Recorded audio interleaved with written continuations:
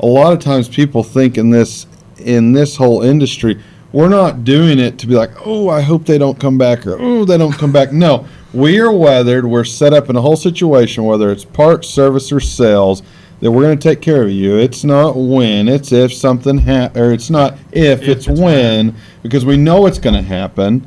But we want to be here to take care of you, and we're going to walk you through the process. Whether a vehicle's totaled, whether you're in an accident, whether it catches on fire, whether you go through financial problems, whether it's a downsizing of a vehicle, getting a bigger vehicle, getting a truck, it's a whole process. Sure. Hey everyone, welcome to Crossroad Conversations with the Lewis Brothers, where we aim to share real stories about running a successful family business, working through adversity, and pouring back into the community that keeps our door open. We're your hosts, Matt, Shelby, and Taylor, and we bring you relevant local business advice and automotive insights that are sure to change the way you look at running a business, and maybe even throw in a plug for you to do business with us. Welcome back to Crossroad Conversations with the Lewis Brother. Hey, today we're diving into a topic that every business leader runs into. Whether you're in the automotive business or you're selling tacos, I like that comparison. What's the cost of chasing trends? And we'll dive into that today. You know, should you jump on the trend, or is it just a shiny distraction? I don't know. It's tricky because you get like, don't look into the light like the bug to a zapper. I know. It's like it's shining, it brings you in. So yeah, we'll break that down. What I really like, I'm thinking this will come up during our discussion, is, you know, slowing down, because the brain's always like, jump on that bandwagon, jump on that trend, and then how do you control and run it through the filters of what should we do? So this is going to be a great episode today. Yeah, and so we're going to break it down to three different core topics. Number one, how to tell the difference between a real trend and a waste of time. Number two, what it actually costs your business to chase every single new thing. And number three, how to adapt when losing your core identity. You're completely past what makes sense to you. So we're going to break it down three different ways. Plus, we've got a new Mythbusters. Mythbusters, okay. We didn't talk about this, but we're going to kind of want to do the goggles on, like 373 versus 456 versus 488. I like that. We're not going that far. Higher's But the when lower, Greg put that in there, I was like, yep, I'll do Mythbusters. Let's do it. Absolutely. So we'll answer some fun questions whenever that comes up. So whether you're running a dealership, a boutique, or a food truck, this episode is for anyone trying to grow their business without losing their mind chasing the next big thing. Hey, in case you missed our episode last week, episode 45, The Art of Intentional Discomfort. You know, how leaders push themselves and their teams to grow. So if you want to learn more about that and see all the details, go to any of our pages and check out last week's episode to teach you how to grow yourself and your team. Absolutely. Always check us out at lewissuperstore.com to see the freshest vehicle trades and everything else. I'm going to throw the what did we drive over to the CDJR side. And you know what I love, because we've got big trucks, we've got small trucks, we've got Mavericks, but I think we've got the best selection of the hybrid off-road truck, which is the Jeep Gladiator. The Gladiator, and I'm glad you bring up that subject. We were just talking about it at the manager meeting the other day. We have over 40 Gladiators in stock, and like you said, it's kind of that in-between. You've got off-road capability. You still pull a small trailer or throw some stuff in the back. Plus, if you are a true off-roader, it gives you a longer wheelbase. What if they have no clue and have never heard of what is a Gladiator? So you take a four-door Wrangler. That's a great question. You take a four-door Wrangler, and the back section right behind the back seat, you put a bed on it. So it's a Jeep truck. Jeep truck. So you got 5 feet of bed space behind the back seat, but all the same Jeep stuff. I like that. You get a longer wheelbase, which gives you better ride quality, better off-road performance as far as articulation and stuff. And we got a couple what they call buzz models in the automotive terms. That's where they put special packages together. Right now we have the High Tide edition. No, the High Tide, you get a painted to match top. Sounds like a drink. You get painted to match fender flares. You get the off-road tires from the factory. They're BFG KM3s. Truck stuff. That's good. You get the wide Dana 44 front and rear axles. You get a locking rear differential. You get a leather interior, heated seats, heated steering wheel, all for low 40s. So that's sub $45,000. You get all of that stuff, and we've got 40 to choose from. What a bargain. So make sure you come and check those out because we have a lot to choose from. We do. We got a selection like hula grubs with fishing lures. Oh, yeah. And all the colors. All the colors. All right, trend versus distraction, how to tell the difference. And I'm going to preface this with saying some people are very click. Like, think of your Amazon shopping cart or your shopping history or your wish list, that whatever comes across that you see, you're like, oh, I like that. Oh, I like that. Oh, what about that? Oh, what about that? Right? And you're very quick to jump on that. And we're going to go through when you should, when you shouldn't, and what we've learned. The other side can be slow to react because like, just a trend, just a trend, just a trend. And sometimes you can do that until you've completely trended out of the top of the conversation or trended out of relevancy within business with internally your employees and then the consumers, customers. It's like, well, you didn't trend any of that stuff, so you're not trending at all. And I think we're probably closer to, old school dad, let it stew. Like, okay, if it is to be, let's, let it come to fruition. It's like, hang on, we need to jump on something so we're not completely left in the dust. I think that's a great subject there, and it's funny because I was just thinking that as you were saying it. If you ask which one we're naturally on the side of, it's slow roll this. Think about it. What Dad would say is let it stew. That just means let it process for a while and don't react. And, in the manufacturer, we're in the automotive business, so we get to see all the different types of manufacturers, and some of them are first to market in this. And then some other manufacturers are last to market at it. They finally integrate it. So we get a front seat perspective on when that gains market share or when that was too early because the market wasn't ready for it. And as we've progressed and we've talked about it in here, we're like, okay, we've been way over here on waiting too long and slow to implement because we want to make sure it's right. But what opportunities have we missed by not acting fast enough? So now we discuss that more together and go, okay, when should we go ahead and react and start pushing the envelope to follow this trend? I think that's really good to have a three-piece bounce off.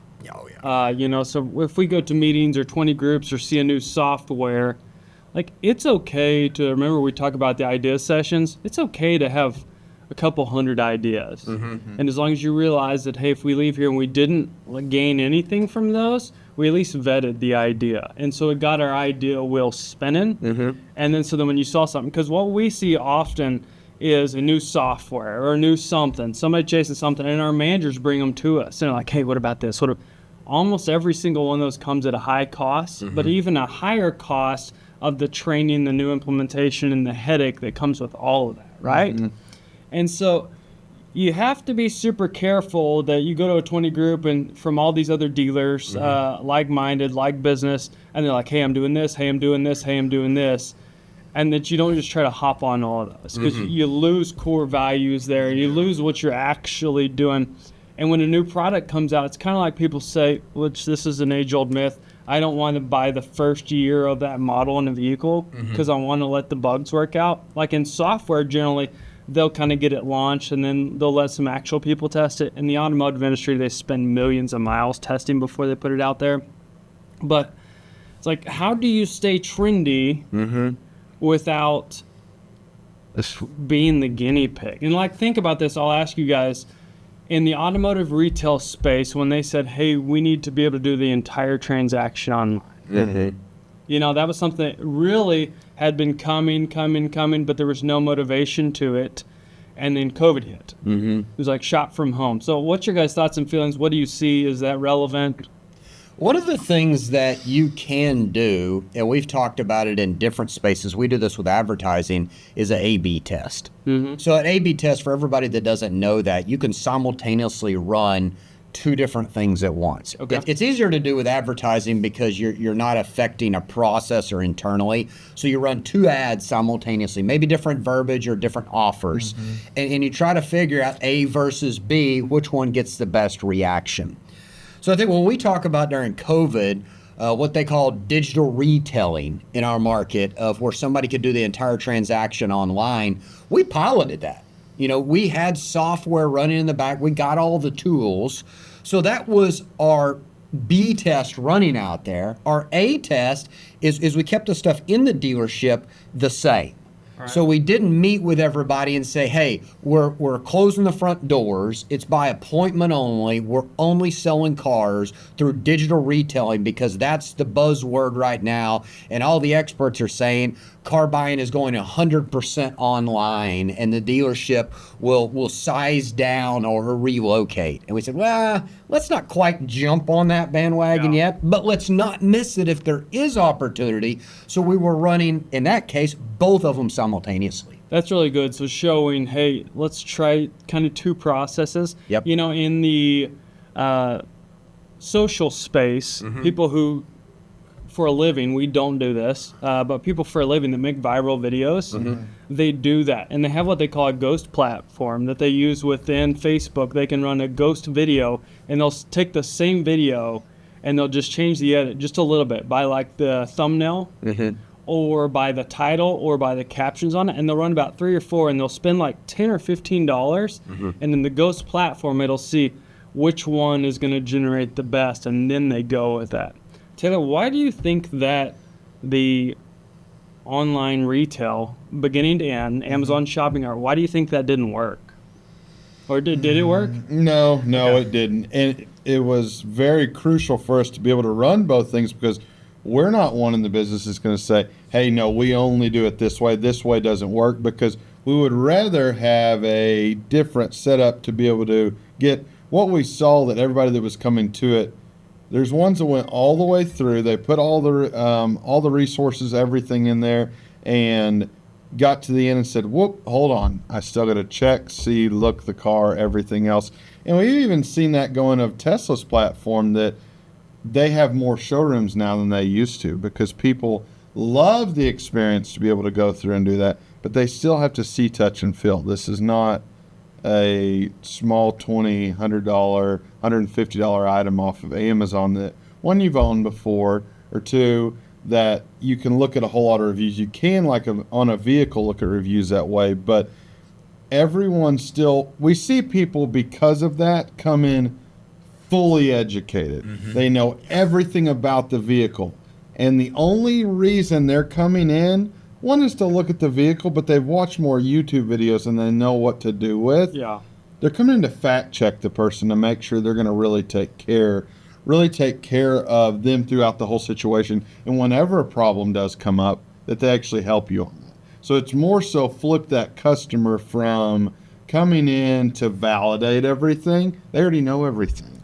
They know everything about the vehicle. I think that's a really good point. So one, we didn't just say, yes, we're 100% retail, like you were talking about, or no, we're not at all. We said, sure. Like, let's try that. Let's offer it. It's still running in the background a little bit with Ford e-commerce, you know, on Model E vehicles, Lightning, Mach-E, that you can do that. But we've seen the take rate like less than 0.0001%. But what we did realize, think about this, like generally Amazon purchases, I say Amazon because that's generally just, it already has your address saved, you know when it's going to arrive, is it in stock, you know, and so we'll just always relate to that. But if you bought something outside of Amazon and it's been more expensive and something went wrong, you thought, shoot, I never really checked on support. How do I get support? Is there a phone call? Is there chat? Is this real? And it'll kick you in the teeth every time. Like, you know, you just click like, hey, it's shiny, it looks nice, it looks new, it's a good price. They hit me with an Instagram ad, and you're like, dadgummit. So I think customers think through that logically after they've done their average of 19 hours online research, and they're like, I need to go make sure that this is real. Like, what does 300 horsepower feel like? Or what does 18 speakers sound like? Or does it actually fit in my garage? Like, there was still that tangible feel, but we said, hey, we can help you. You can submit your credit app online. We can give a trade value online. We can give you figures over the phone. We can text them to you. So we found that hybrid fit, so we weren't just like all trend or no trend. I think that's an important part that both of y'all talked about there is, like, it's not black and white of, hey, we tried digital retailing, it didn't work, shut all that off. What we found is it was a great resource for the customer. We're selling high-ticket items. The customer still wanted to touch, see, smell, feel the vehicle, but they got farther in the process. So what it allowed us to do is to identify additional resources or tools we needed to provide online before they got to the dealership. So it wasn't necessarily like, hey, it failed. No. Hey, it didn't do exactly what we thought it was going to do, but it gave us a great insight on what we needed to improve on to provide for our customer. And just for some stats for you guys, here's what we're talking about. If you roll back the tape, let's call it 5-6 years, the average consumer went to 3 to 4 dealerships before they bought a vehicle. Now, NADA says they go to less than 2. It's like 1.6 or 1.7 dealerships before they buy. What changed? The resources online, the tools online. People value their time and they want to get all their shopping done before they come to the dealership. And like y'all said, then when they're at the dealership, they're just verifying everything they saw is correct. Yeah. And how does that actually feel? How does it actually drive? How does it actually sound? Yeah. So that's really good there. So go ahead. You know, and you relate this back to like eBay. This is the crazy thing of human nature. You can go online and see a listing and you see actual pictures. But where I saw a whole lot of people that we do the hybrid with, that call us from different states, there's something different about getting someone on the phone that's real and then getting actual videos. So you get videos of the product, you get videos of the process, and think of it, whenever you're buying something online, you're buying something out of state, you get an actual video from somebody, like, oh, okay, those pictures aren't generated. This isn't fake. They put it in together. There's validation. So there's validation. So that hybrid model is so important to be able to take both of them and know you can split them up from there. Yeah, so that's an example of a trend that we said, ish, right? Let me show you kind of. So there's a 3-question framework that we kind of roughly and loosely use, but these are the things we would ask to help us give direction to where to go with this. So number 1, does this align with our long-term strategy? Does this align with our long-term strategy as a business? Sure. Can we realistically execute it well? Do we have the people? Do we have the process? Will they believe us? Will the consumers actually buy into this? Whoever it affects. And then number 3, will it serve our customers or just our ego? And so if you're a trendy chasing person, which nothing wrong with that's your personality, you'll quickly run over your ego and become something that you really didn't plan on being. I love that you bring up those 3 questions, because if you peel back our core, we align with this. And I'll just walk everybody through this so you don't think it's just like, oh, it'd be so nice to have 2 other brothers in the business and it'd make it so much easier. Let's be really honest here. We opened up talking about we were really good at slow playing things and thinking about it. We were taught that by our family. The other thing we've been really good at is we all have pretty thick skin, and we'll call each other out or call it like it is. Yeah. So what we have to, I know myself and y'all as well, we have to be slow about is when one of us brings up an idea to not just karate chop each other. That's stupid. Why would you do that? Because that's happened. We're laughing because even if we don't say anything, the look on the face, the nonverbal's like, that's stupid, shut up. Yeah, you know? And it naturally happens. I can normally read it. Like, and it's okay. Sometimes it's just a vetting process. I'm gonna call you stupid. He's like, hey, I got back from a meeting and they were talking about this and this. It's like, hang on. Didn't think that sounded good anyways. Let's move on to the next one. I'm sorry, how's the coffee? So you kind of have to have both there. So that's a good point of like. It is. So what I'm saying there is, even if you, and I've had to retrain myself because I've gotten that look from my dad before, is when somebody's bringing an idea to you, absorb it and actively listen. It doesn't mean you have to say yes. Actively listen and allow it to go through the process. Yeah. So then once that happens, that's one of the 3 questions.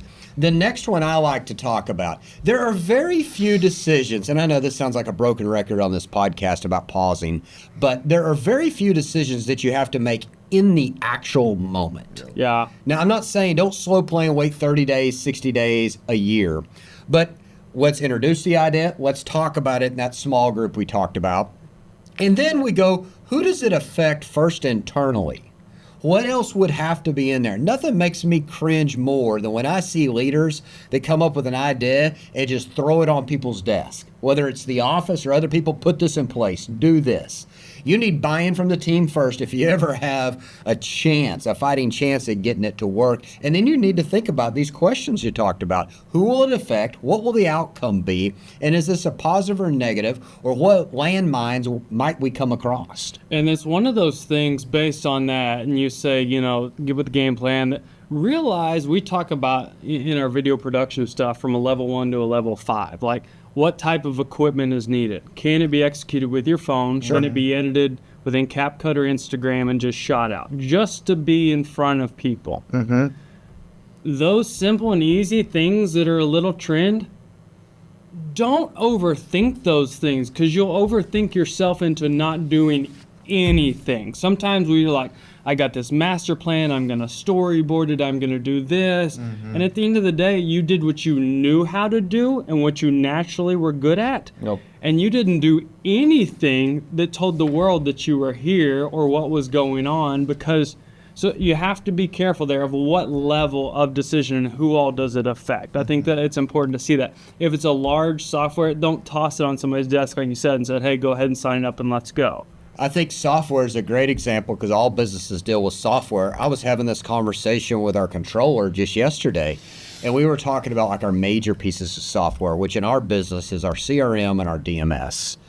And one thing I shared with her, I said, we've always gone by the rule is if it's a major piece of software that employees have to use, not running in the background, but employees have to use, if it's not a significant upgrade, we're not going to do it. Yeah. If it's just a little bit better, we're not going to drag everybody else through the mud just because it's the new trendy thing. Yeah. Because then there'll be more fallout and the benefit really won't be there. Yep. So I think that's very important that you look a couple steps down at who all it affects. Yeah, that's it. You're not switching cell phone providers every time that they offer. It's like, I'm Verizon, I'm T-Mobile, I'm AT&T, I'm Boost Mobile, I'm whatever it is. It's like, good night.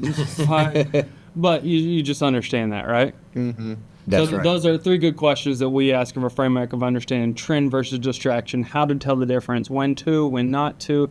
Don't miss it, but also don't jump straight into it. That's true for sure. I think it's Mythbusters time. All right, let's go. Automotive Mythbusters segment. Okay, so this segment is car salesmen are always trying to rip you off. The classic all car salespersons are out to scam you. You've seen the movies, heard the jokes, maybe even heard a weird uncle tell you to wear camouflage in the dealership. Lord of mercy. I mean, it's Arkansas. What? We see a lot Yeah. of that. Especially come fall Around time. Huntington. Yeah. But, here's the truth bomb. So sure, there was a time when high pressure, fast talking, plaid suit sales guys were real. But today, the internet's changed that. Like the movie Used Cars? Like the movie Used Cars. Yeah. That's generally what people think, that salespeople are going to rip still you is. off. They think of that. They do, but that's not the truth. No, it couldn't be further from the truth.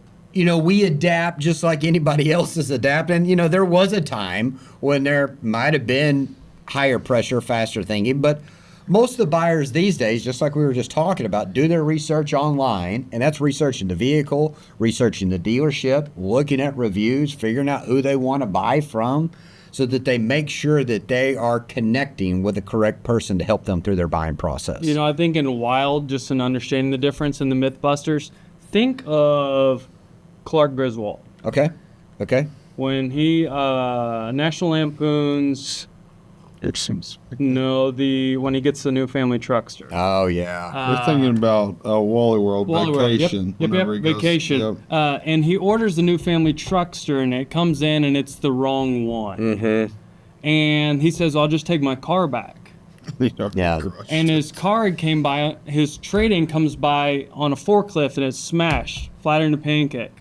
And I know working with some guys jokingly, but not so much jokingly they were from generations before. Sure. In classic old school, if a customer made you mad, you'd throw their keys on the roof of the building. And so they'd be like, hey, give them the keys to my car. And it's like, we can't find them. Yeah. Right? And then they would say, hey, we took your used car, your trade-in, and we parked it out back. And they're like, hey, where's my car? I need to go, right? Because they were playing the games. It's like, we can't find it. was long before Google reviews Oh, or for anything sure. else, and it was just, they couldn't research, so they didn't know what the next dealer had or what Tulsa had or what Little Rock had, so they just played the games. Today's world is way too transparent, and to be honest, not that they didn't have conscience, but Taylor, you know it at the desk that generally the salespeople are way more on the side of the customer. Advocate heavily. They're heavy customer advocates, which is good. That's what we teach them. Yes. They're just like, hey, they're not here just for a car. They're here for the confidence of you Yes. telling we're going to be here during and after the sale to take care of them. And generally we have to say, hey, make sure that you're on both sides, that we're getting a fair offer for everyone. Because generally it's the complete opposite of throwing your keys on the roof or crushing your car or whatever bad trend you think. I think we can easily say that myth is busted. Yes. And, whether you've watched it in the movies or you heard a great uncle say that, I would just say, hey, reset. Yeah. Find yourself a good dealership, maybe ours. Yep. Okay. And then walk through the process and see how it feels and it looks different because of all the transparency. The real game now, it's building trust, offering real value, and keeping the customer for life. And we talk about that. You can't keep a customer for life if you don't take care of them in the first couple steps. That's funny. The things we always says, hey, if you want to sell a customer, make sure they know you, like you, and trust you. That's it. They know you, like you, and trust you. Because we don't sell vehicles, we don't do services now that a lot of times people think in this whole industry, we're not doing it to be like, oh, I hope they don't come back, or oh, they don't come back. No, we are weathered. We're set up in a whole situation, whether it's parts, service, or sales, that we're going to take care of you. It's not when, it's if something or it's not if, it's when, because we know it's going to happen. But we want to be here to take care of you, and we're going to walk you through the process. Whether a vehicle's totaled, whether you're in an accident, whether it catches on fire, whether you go through financial problems, whether it's a downsizing of a vehicle, getting a bigger vehicle, getting a truck, it's a whole process of working through it. So that's something very important, and that really goes back to the part of why we've been in business for 79 years. Really the twist there is the facts don't lie. Yes. And, if people were really trying to rip you off and to play those games that you had in your head, you wouldn't be in business very long, especially not 79 years. No. Yeah. So, the myth that every dealership is a Shark Tank, busted. It's busted. I'm going to say that one's busted, busted. for sure. All right, now back into our topics of chasing trends, the hidden cost of trend chasing. So then we start talking about that. Every yes in a trend is no to something else. So what are you willing to give up in order to do this? And I think that's a great exercise that you go through of like, okay, maybe somebody brings us the idea. Boss, I think we should do this. Okay, what are we willing to give up to do that? And we've seen businesses that have not given anything up, and then all of a sudden the expense monster is just eating their lunch, and it's with stuff that they signed up. I'm talking about software now. Stuff they signed up for 5 years ago, 10 years ago, and it's in the background just automatically billing every single month, and they're not even using it anymore. So I think that you do have to go through that, and you have to look at the hidden cost of what am I willing to give up? Where's the return going to be here? And there are times that you invest not knowing if there's going to be a return, but that's a short-term example that you're going through and you're keeping your thumb on it. It's not a set it, forget it. Most definitely. So a couple different things that you talked about it a little bit earlier. If it directly affects someone on the front side of the business, whether it's employees or customers, you need to really vet it. Yeah. How long they've been doing it, what's the proven track record, give me some references of people actually using it so you can call and talk to them. Hey, what were you on before? What did you switch to? Or what did you switch from? What did you switch to? What do you like? What do you not like? We did that when we built this whole thing. We went to 100 different places and asked those questions so we could get a real deal, not the salesperson. The other thing is if it's behind scenes, you talked about the A and B. A lot of times when we do switch software, whether it be review handling or communication with customers, those things that are just software that work in the background of, HomeNet or anything that hosts, sometimes we'll run those simultaneously if possible because we've done it sometimes and it clogs the system bad. They're like, who's giving us the price on this car? Like it starts with us and then it goes out and then you have another. So we've had an issue with that. But if you can run one at the very end and run a new one at the beginning with letting them overlap, Yes. then you can really see the metrics and what's working and what's not working. Now, it won't always work that way. And in fact, I would tell everybody out there that's listening, especially in the software world, at least have a 30-day, if not a 60-day overlap. Yeah. Okay, because I'm just telling you, we've been through 800 gazillion presentations. And we're a sucker. We like sales. We love a good presentation. But there's always more layers to it. Especially when you're talking about data and things connecting together, it's never going to go perfect. And it's going to take you work and time to get that smoothed out. Even on our HR onboarding, which nobody sees on the website, we've had multiple systems run in the background before just to make sure we have a smooth process when it's connecting to payroll or drug and driving test, onboarding, or personality test. We've ran multiple softwares that you're going to have that overlap for a little while just to make sure that the process is smooth. I think that's really important there. So that really talks about the financial cost. I want to get into this next subject and get y'all's take on it. Cultural cost. Okay. Cultural cost. Yeah. And at first you're like, what? What are you talking about? No. Cultural cost is it's within your organization when you have to pull everybody through new training or adapting in a new process. At what type cost is that? And then is it worth it? Yeah, I think it's you have to really, really, really vet it. And that's not just, you can easily get yourself sold, right? So you need some other people that are not biased, that haven't been sold by the salesperson to say, hey, what's your thoughts here? Like, what's your downside to our vehicle check-in software? You know, thinking in service. What's the downside to that? And they're like, can't do this, can't do this to this. It's like, okay, what do you love about it? I can do this, I can do this, I can do this. Okay, well, you take a look at this other software and tell me your thoughts. Is it, first you extract that stuff so you know before they get emotionally attached to the next one. I think it's important. We've talked about that getting buy-in, because if you have that buy-in, then you're going to have the catalyst not so much hesitant about that. Because if you just set it up and you're like, hey, went out to dinner, this is not us, but hey, went out to dinner with the sales rep, signed us up for this new thing, we're switching all this stuff over, and they're like, dadgummit, Taylor got sold again, Shelby signed us up for something new again, and they're going to use it to the minimum. They are. They're going to use it to the minimum. Enough to keep you just appease you or keep you off their back. One thing that I really love is if you do, and you say we like presentations, we do, and we like going to shows or things where you get to see the newest tech so you can stay relevant and don't miss out on the trend, is you can take all the notes and ask all the hard questions, and before you do anything, go back to your current provider and challenge them. Sure. Hey, can you give me this stats that the new one has? And say, hey, I'm looking at this, validating this, because they might be just giving you 20% of actually what the software can do. Sure. Or they're just checking the box to say, hey, I did my performance review with Lewis Automotive. They're good. They didn't have any questions, da-da-da-da. And you're like, wait, hang on. You couldn't show me the VPN data, and you couldn't show me a vehicle display page, and you couldn't show me ROI on this, this, and this, and this new software. Because they're selling it to you and they have nothing to lose, they pitch you everything. Sure. So that's one of the things that I love before I ever switch. Even if I don't switch, I go back and hold my current provider accountable. No, that's and also price check them. That's a good point. Yes. Going through there, you hit the nail on the head of going through your team, because our industry, people are so opinionated whenever they get into there. And if you don't have them on your team, the other thing we love doing whenever we get to the point of almost bringing someone on, the last check is, hey, I want you to pitch this to my team. I want you to pitch this to my team. And you sit back and you're not directing it. You're not persuading what you like at all.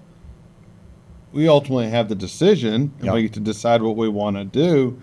But trust us that you want your team's buy-in. You bet. You want your team's We've buy-in. had some that have failed.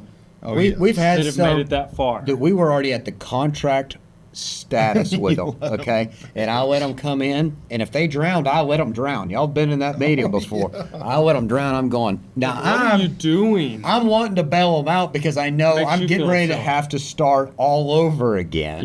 Yeah. Makes me feel silly. Like, how did I miss that? But Even you though put your ego aside and realize, hey, if they can't pitch it properly, how are they going to execute properly? Absolutely. I think that's really important. So all that's kind of around the cultural cost, meaning, what kind of downtime? What are your employees going to think? Are they going to have the buy-in? Let's talk about brand cost as well. So brand cost is it going to increase your brand value, even if you're a franchise brand like we are, still at the next level, which is then us. Where are you going to buy a Ford? Where are you going to buy a Jeep? Well, I want to buy it from Lewis. Lewis is our brand. Is this going to add to the value of our brand, or is it going to diminish the value of our brand? Yeah, whenever you jump into that quickly, I don't think you've had time to be able to really see down the scope of things of it. It's going to allow this to happen, or this is what's going to be falling down the tracks, or they support this different group. A lot of times it's whatever they're connected to, because we're very streamlined in this, and we keep our blinders on from the outside world a lot of times in our industry, that we don't let it affect us as much. But sometimes you'll become partners with something that you didn't know that they're supporting this or that, because you didn't take the time to thoroughly research and vet them out. Well, think about this of like you talked about appearing inconsistent or always changing. Think about something you get attached to or just used to in your normal routine. Well, let's go in the grocery store and you found a yogurt that you like, or you find something else that you like. You know, it's this place that has this, and then when they change it up, it puts you back in research mode, right? And so whether it's window tint and you say, hey, I'm a 3M dealer and here's what I do, but then Lumore comes across and they're like, hey, we've got this greatest thing. It actually has more solar capabilities to keep it out, and it's 20% less. And you switch to it. So the customer's like, hey, I brought my buddy in, the referral that we all want. Stat says 90% of people are willing to refer, but only 11% of people ask. And so they bring them in, they're like, hey, they've got 3M, it's the best. These guys do a great job. It's $100 for 2 windows. It was like, actually worth a little more, you know, they're and the guy's like, he feels silly. Sure. And he's like, what the heck? And then they come in again, and now you're with Tiger Paw window tint. And you're just like, what in the world? Or your bed liner. You need to switch to this, to this, to this, to this, to this, to this, to this. They're like, can I count on these people? Exactly. Right? Are they just always chasing the wave? Yep. And once again, we talked about our levels of videos. It's the same thing of level of how much you affect people. It's okay to have a seasonal menu. You know, no one's mad at a restaurant for having a seasonal menu, but they have their staples. That's right. And it's kind of the directive from the beginning is like, hey, have you ever been here before? Here's kind of how we do business, and you'll see this change. So if you can preset them up for that, but I think in software or trends, now we're talking trends in software and trends in hard staple things. Yes. But if it's just trends on stuff that you see on the internet that doesn't overly affect people, but it keeps you being recognized and it doesn't alter who you're about or what you do, then be all about it. So I think with your point there, we go through those first three and you see something that's trending on the internet that really doesn't affect the culture. Yeah. You know, because you're running it independently out here. The financial cost is within realm of like, okay, I'm willing to gamble on this, and then it's not negatively affecting your brand. If you can say, okay, on all three of those, give it a shot. You need to have some of those going, and if 10 out of 11 fail, so be it. You found one that was good, and then you try to fail on the next 10 because you know the 11th one is going to help you out. You know, I think a really good point there of if it's not overly affecting, those three questions line up. If someone brings you something, you got to be careful that you don't vet super hard. If it's something that's a level 1 that's not that, it's not expensive at all, and they're like, hey, we should do this, you got to give them some yeses or they'll stop bringing you stuff. They'll think, man, they don't listen to anything I do. They won't spend money on anything. And you're just trying to keep everything afloat so you can pay for them and keep buying the cars and operating the business. But you gotta give them some wins. You do. And then sometimes you gotta let them trip and fall. It's like, hey, you got it. Sounds like you have the idea. Sounds like you have a design. Get with the team. Let's work on this. You pilot it, and then they'll be like, that was a lot harder than I thought to do all of that. And so then they'll think through their next thing that they pitch to you. But you can't say, no, that's expensive. No, that's not going to go to market well. No, we don't have the products to support it. No, we can't deliver fast enough. If it's a level 1 and it's not that intense, absolutely, Matt, that's a great idea. Yep. Hey, can you help me pilot that? Sure. Because if you just whack-a-mole, then the culture's going to be like, man, these guys do whatever they want. They don't listen to anybody. I think that's important. One great example there we can talk about is our purchasing of vehicles off the street. So you've heard us talk about this. We buy vehicles or RVs, boats, motorcycles off the street. And the power of momentum, that's what I'm going to call it here, of saying yes to buying things, even if they don't fit your business model. Okay. So our crew knows that even if it's an 18-wheeler, or let's call it it's a Lamborghini or a Ferrari, maybe the bulldozer doesn't fit our business model, but we have resources to cash it, even if it doesn't make $1. We're going to say yes, write the check for it, and cash it. And you're like, why would you do that, Matt? That just costs you time and no money.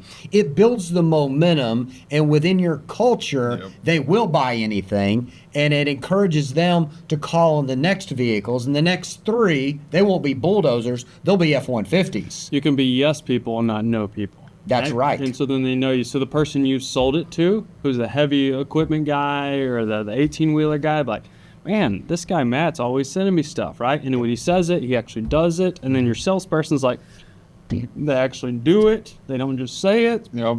And there was no dollar attached to it. You made it work. And so then it converts to F-150s. So then they're like, hey, can you get me an Audi? Like, Absolutely. yep. Can you give me this? Yep. Absolutely rolling into there. Hey, I got a frequently asked question. All right. Okay. Transition. We're getting in the middle of it, but be ready. Okay.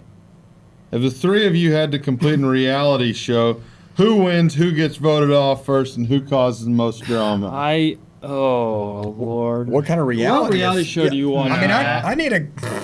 What reality show? Like a game show? I mean, I watch a lot of Deal or No Deal? high ultra events, but that's not I reality. would have to be on it. Like a Survivor, but not like that naked thing. I do like the outdoorsy style thing. Otherwise, I'm not watching it. Thinking like Drew Carey or something. I don't know what that is. I don't remember that's the tough. name of the one where they had the different teams and they dropped them off in helicopters. It's like Alone. Yeah, something like that, Not where they Team had Alone. Team Alone, where they had to survive.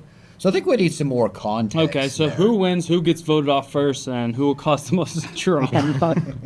What in the Craig is going on? I love this. I am very thankful to say that I think we're all going to tie on the who causes the most drama. Yeah, it's probably. We're pretty good about not causing drama, We or got at a least lot of drama around It's probably us. me, and then I'm going to get voted off first because I'm just going to sit over to the side and say, this is ridiculous. These 2 are going to run until their hearts explode of going through. But If it's a competition, it would be entertaining. That oh, none to no say doubt the about it. word. Matt's going to think through everything. I'm not going to say Jack. Shelby's just going to run. I'm just going to go. Matt's going to think, and Taylor's just going to find somebody to talk to. Have you ever seen the movie Beverly Hills Ninja? Whenever the Yes. people are really getting involved, Chris Farley. that's going to be me involved in Yeah, all of so it. I think that's what it is. Matt's going to think about it. I'm just going to be doing something, and Taylor's going to be finding somebody to talk to. Yeah. And we're all going to drive each other nuts about our process to get Oh there. yeah, it's like no, Matt, just start doing some stuff. What are you doing? It's like Just give me a Taylor, minute. stop talking to people. What are you doing over there? We got Who things is to that do. guy? Let's go. Come on. So that would be our reality, kind of how it would work. Here's the problem is that if we're in a team atmosphere, if it's not just individual, and let's say we're not on the same team, the other people, bless their heart, that are with us on the team, they're probably going to give up. Yeah, we're very competitive people. I'm gonna say that. Like if we're teamed up together, I don't know that many other people stand a Yeah, there's chance. clear expectations on what needs. That we're gonna win no matter what. Where did this question I come love from? it. It's coming in hot. So, fun question there, but hey, rolling into adapting with trends without losing yourself or your business. That's so true, and so something you really want to stay dear to there. But you don't have to ignore trends. You just have to have a filter. Like, I'm not saying stiff arm every trend that comes in. Let it come through. Have filters. Have ones that don't cloud your mind, so you brush them off fast that make no sense at all. But then you put the other ones in there to work through. So, talking about the trends you adapt successfully. So, let's talk about social media.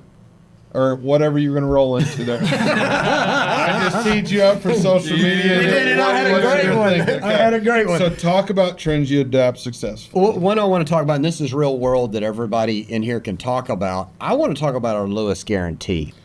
Because it was a trend in the automotive business. So what's Lewis guarantee? So the Lewis guarantee is where we give the customer a warranty above and beyond what the manufacturer is. Yep. Now, even in our industry, it was a trend.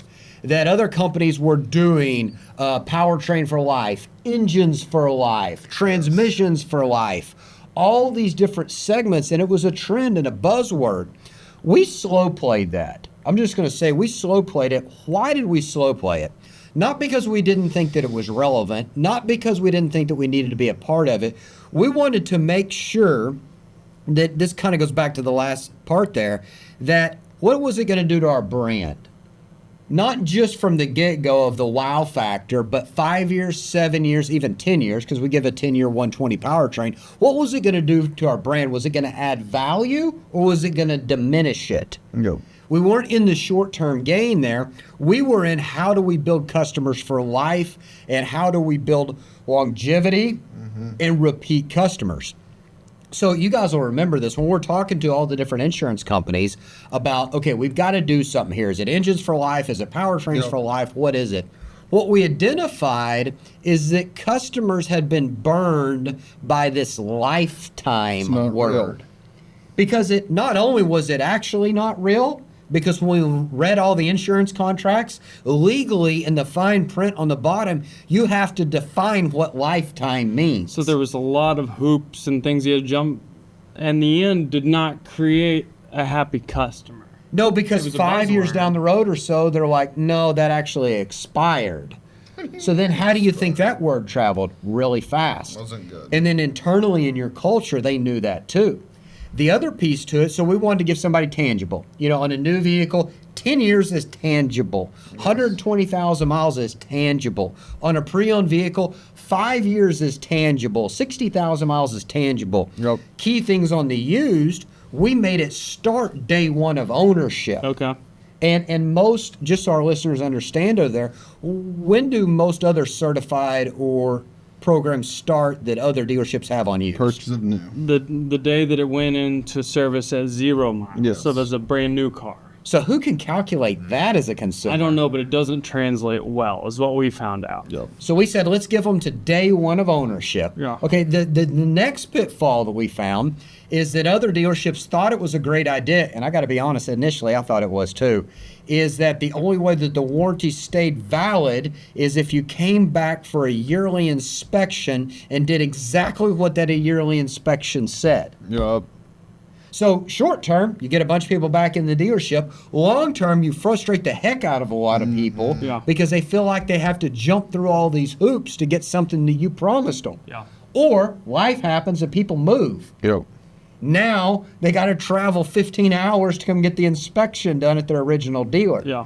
That does not equal a happy customer. So our Lewis guarantee, where we double the factory warranty, is valid in all 50 states. It requires no annual inspection, you know, and it's real deal, and you can actually tangibly quantify it. Yeah. And I think that's a thing of understanding that, okay, that was a trend and there was a lot of effort. It was not, yep, let's do it, let's go ahead. And we didn't just take 1 or 2 or 3 people's advice. Once again, we heavily researched it, but that was a level 5. If scale 1 is like simple and easy and level 5 is difficult and it affects a lot of people, it was a level 5. And so it took years Yep. of us. And we actually, and then once we were ready to launch, we launched it. And then with like 90, 100 days, we said, hey, we need to make a change on that. We did. And so we did make a change, but we realized that it was pretty monumental and it needed to make sense there. That it really was. That example there, we looked at it 360 degrees, and even all the effort and the thinking and the stewing we did, we still missed the mark in some other areas, but we adapted fast, which was key to it. Yeah, and that's one of those things. You've talked everybody into getting in the submarine, and then when something goes wrong, you better figure it out. Otherwise, you're going to implode. So, Taylor, you said social media. I'm just going to give you basic, simple facts from one page. Now, if you don't know this, our media team on the other side helps us out. We're not winning at this by any means, right? We have never made 4 cents, Yeah. let alone any doll hairs No. from anything social media.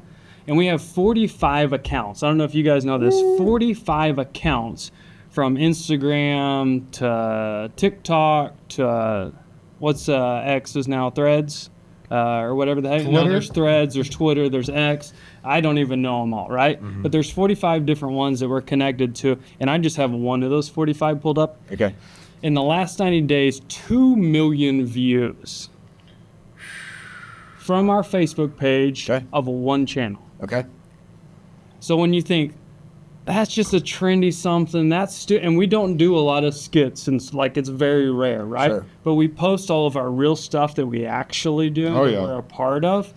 2 million views in the last 90 days from one of those 45 pages. So before you just write off that trend, and I'm not talking that you have to do the little Aurora Farmer on the front of it. I mean, I'm gonna get Taylor to do Yeah, it. on the front. I'm gonna get him doing Putting you it. on the paddleboard. We're showing not going to be back there Yeah. paddling. We think about that, but what happens is, see, you just heard it, because Matt's gonna over-engineer it. Yeah. Taylor's just gonna be like, yeah, put me up be there. like shallow And I'm like, Hal, no, y'all. guys, we actually have to do it. We got to do it, and don't overthink it. And we don't have to get the bulldozer as part of this. Just do it. And so you got to find that right of simple and easy, because 2 million, that's on one of 45 channels. Now, do all of them have that metric? No. But there's some pretty good merits that 2 million eyeballs outside of this dealership. On our busiest day, there will always be more eyeballs outside to say, hey, do I know, like, and trust these people? Are they real? Right? And it's not some hired actors that are just doing the dog and pony show. It's real, and it's fun, and sharing the cake days and the wins with the team. So before you just write off the trend, you probably should double check that. I love the topic of this, because Taylor, I'm gonna go back, and just so the audience remembers, it says adapting with trends without losing yourself or the business. Yep. So take Shelby's stats right there of the 2 million views, and you're like, dang, let's more social, and you forget to work on the business, Yep. and you forget that the business is the engine that creates the opportunity and the content for the social. And so what we realized, to branch off of that, is that none of us are social stars, right? Of the create, of the produce, and of the push. Correct. Right? I can't even tell you all 45 accounts or what even channels they're on. But what we realized is we could hire that. We can hire that, and what we do realize is our engine over here, it's got great production. It's good. Let's just get it on the track. It is. And we're good at continuing to fill that fuel tank so it doesn't run out of gas. Yeah. It's like now you go out and you find amazing people like we have to take that and then get it to the world. Yeah. But you don't forget about the engine that's producing it. No. They keep the main thing, and then just hey, let's get some around to watch that and produce it and push it. And then you'd be like, hey, did you see that video? It's like, I don't know which one you're talking about. It's like, oh, what you guys do on your king days? Yeah, we always do that. It's like, no, you didn't see this? There's one that's funny. The only trending video I think that we've ever had or posted was when we were moving dealerships. And during Christmas time, we wear Christmas suits. It's a mandation. And I was unloading shop manuals from the 60s, from the second story. Someone needed the forklift, so I grabbed the tractor, and it was way overweight, and the whole tractor about flipped over. It did. And so the whole idea is, okay, let's get Glad more. you were on it, not an employee. Yeah, absolutely. Well, I had my OSHA gear on with my Christmas Opus suit, and so that one got I don't know 1.5 million views of But there's more every day of those trending fun things of just people having fun. So getting the people so you don't forget the main thing. There is, and I love talking the last part about this, but bringing people outside of necessarily our industry, you talk to them, because so many people in business get so closed-minded on it has to exactly do with what trade, what business I'm in. It doesn't pertain to me. It doesn't matter. But there's so many good trends that are going on that are like cake day. I had talked to so many people. I talked to a customer last time. He's like, what are y'all doing? And I was like, it's cake day. We're celebrating anniversaries and birthdays. He's like, that's really cool. It's like we invented the move. That's really cool. It's like, you do what? And it's so easy. You can do that in a scale with 5 people or 1,000 people. It doesn't matter. And it's so fun to be able to talk to people, because you get to tell them about that, but then also they're like, hey, have you ever thought about doing this whenever you thought you have studied everything. There's no You way. thought you've studied everything, and they say something so simple, you're like, oh, That's it. man, that makes sense. Yeah, that's level 1. I That can makes implement that sense. today. That makes sense. It's so easy. So love going into that, adapting along with the trends without losing yourself or business. So important to stay involved with whenever you're growing the business. Don't stiff arm it. Be open to opportunities and help your team continue to grow around you. I'll tell you another great example, and we can hit on this really quick, but I think it relates to a bunch of businesses, is the world of advertising and marketing. Yeah. If we go back to when, the internet really started going and then social media started going and then paid ad, if you talk to any industry expert out there that was in that field, they're like, traditional media is going away. There will come a day when there will be no radio, no TV, no billboard, no this or that. It'll all be online. And while the majority of our ad budget has shifted, that it's digitally and it's online, it's not that we moved everything. There is still a valid part of, we still have TV ads. Now, they're very specific when they come on. They're on things like sports or weather that people aren't being able to binge watch on Netflix. Oh, yeah. Our billboards, take those for example, because you can't shut those off. You're still driving down the road. And both of those, what they do is they become sticky and they're just brand awareness. So then when our digital marketing takes place, we've already planted who we are and what we do. And that's exactly what we were talking about with the ability to buy the whole car online, sit home in your underwear on the couch. Yep. We didn't just say all in, cancel all the newspaper, cancel all the billboards, cancel all the radio, cancel all the TV. We're spending our whole budget online, which a lot of people do. They're just wholeheartedly into this. We're like, let's do both. I'm like in yesterday morning meeting, I was explaining to people, like, when should you send figures on a customer's vehicle on a trade-in? When should you send those to a customer? And I said, I need you guys to be like masters and grandmasters, and I'm going to tell you both. Yep. And you're going to be so confused, but when you really get this industry to serve people at the highest level, you're going to validate when and where is the right time for each consumer. Mm-hmm. Do you know this person? Do you know the details? So you can say, yeah, I want to have a little bit on newspaper, or I want to have a little TV. Yeah. But then I really want to hyper-focus majority of my budget over in this area. Like, I want to give some people figures over the phone. It's 2025. We should be able to do that. They can already see what their car's worth, its interest rate is,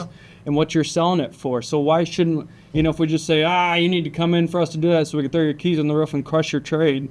Like, really? Yeah. Like, that's so backwards. So you have to be adaptable and understand, but it doesn't have to be all or nothing. Yep. I think it's good. Fine tune in the middle of that. So great segment going over all of that. Mm-hmm. All right, now FAQ transition for all three. What's your favorite car of all time or your dream car? Okay, I'll go first. Now go ahead. Now this isn't gonna be any like crazy exotic Ferrari or Lamborghini. Hey, it's your car. Case. Pick it however you want. So my probably dream or favorite car of all time is an original, not a kit, like an original AC Shelby Cobra. Oh, yeah. You're talking about open wheel, open top. Yes. Like, especially now the original, you're talking about aluminum frame, aluminum body, like a 427. Yes. Okay. All in. You're talking about like a $3 to $5 million car? It's $3 to $5 million now, especially if you found one of the really rare ones that he had that was supercharged. I think there was only two of those. Maybe you're $7 to $9 million now. But I always liked those cars because they're lightweight, high horsepower, handled phenomenally, and they were just a true enthusiast driver car. Yeah. You better not get in the car if you can't respect and know how to drive the car. I think if you haven't seen the movie Ford versus Ferrari. Oh, I love that part. When wasn't it Les Miles puts the guy over Ford? No, it's Carroll Shelby puts him in there. Yes. He puts him in the Ford GT that they're when building. He's trying to cut the program back, and he's like, get in the car. Yeah. And he's crying. Oh, he said, I had no idea. I had no idea. Because it's just true American, feel the wheel. Yes. All that, Yeah. That's a good car. I love that car. I love that they've done, obviously, recreations, Backdraft, Factory 5 now, that put modern, this pay tribute that you to could that actually car. drive the car. Yes. You'd be silly to drive one of those. Yes. I would probably say just iconic. You get that old vibe, but it's new technology, but it's not too new, is whenever they brought back the Ford GT. Okay. Just the Ford GT, and it in the classic colors of either red and white or white with blue. I think the red and white you see less of.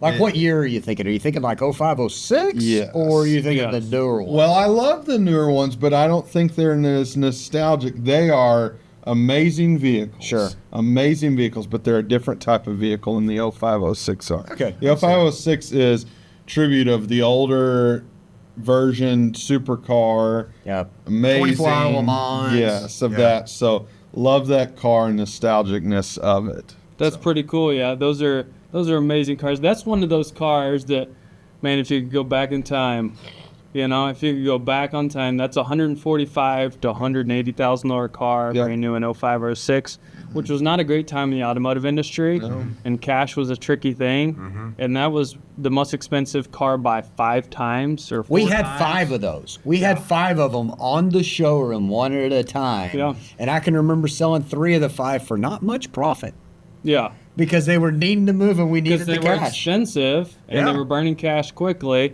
And now that's a 4 times or 5 times I of know. that. So that's crazy. How about yours? I'm gonna say a Pinto. I'm a muscle car fan. I love both of those cars. I've kind of always liked old classic. I don't have any. I don't know what I would do with it, but maybe a '68 GT500 KR. Yeah. Super cool, iconic car. They came from Ford, then went to Carroll Shelby. He put his own touches on it. Sure. Get you a big block car that has some style and stuff, uniqueness to it. So. You know of emotion going there, and I always laugh talking about this. I told somebody this the other day. We recently went to a collection and saw of a Boss 429. I'd never seen a Boss 429 in person.